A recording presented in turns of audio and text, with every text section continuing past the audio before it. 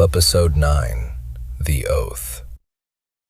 My name is M, and this one is about something most people say, but very few understand. The oath. Not the words, the weight, because anyone can speak an oath. Few can live it. We swear to uphold, to protect, to defend our country, our family, our relationships. We say it with certainty, conviction, belief. But the truth is, an oath isn't tested when things are easy.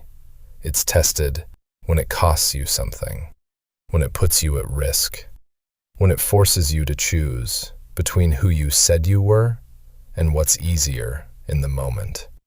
And that's where most people fail. Not because they don't understand the oath, because they choose themselves. Fear of embarrassment, fear of shame, fear of losing what they've built.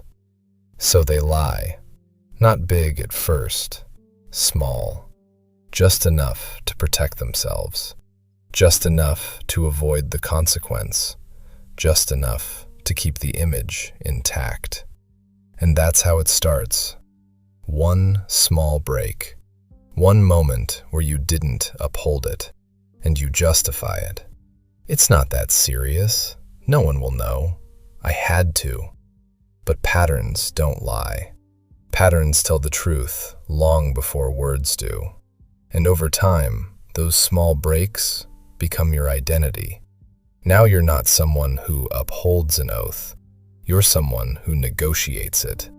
And once you start negotiating your standards, you've already lost. Because an oath isn't flexible. It's not situational. It doesn't adjust based on how you feel. It either stands or it breaks. And when it breaks, everything tied to it starts to collapse. Trust, respect, integrity. Gone. Not all at once, slowly, quietly, until one day you realize you're not who you said you were.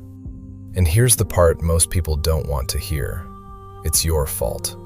No excuses, no external factors. No one forced your decisions. You allowed it. You chose it. Every small compromise, every moment of weakness, every time you protected yourself instead of the oath you took. That's accountability. And most people avoid it because it's easier to blame, easier to justify, easier to pretend it wasn't that serious. But reality doesn't work like that.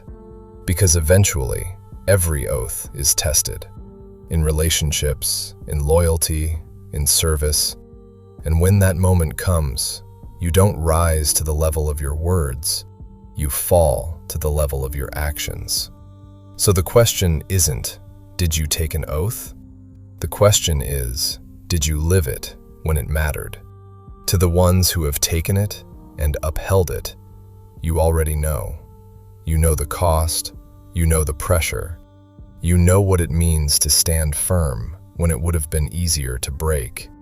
And to you, keep going, because that standard is rare, and it matters more than you realize.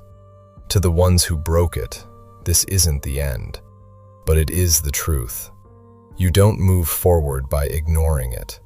You move forward by owning it, completely, without excuse. And then you rebuild, not the image, the standard. Because the past doesn't stop. It teaches, if you let it. And that lesson is what defines who you become next. And to the ones listening the closest, this isn't about a title. It's not about a role. It's not about something you swore publicly. It's about something far more important. The oath with yourself. Who you really are when no one is watching. What you stand for when it costs you something. What you protect when it would be easier to walk away. Because at the end of the day, that's the only oath that matters. And that's the one you break the most. So decide, right now, are you someone who speaks an oath, or someone who lives it, because the difference is everything. This is Redacted Before Dawn.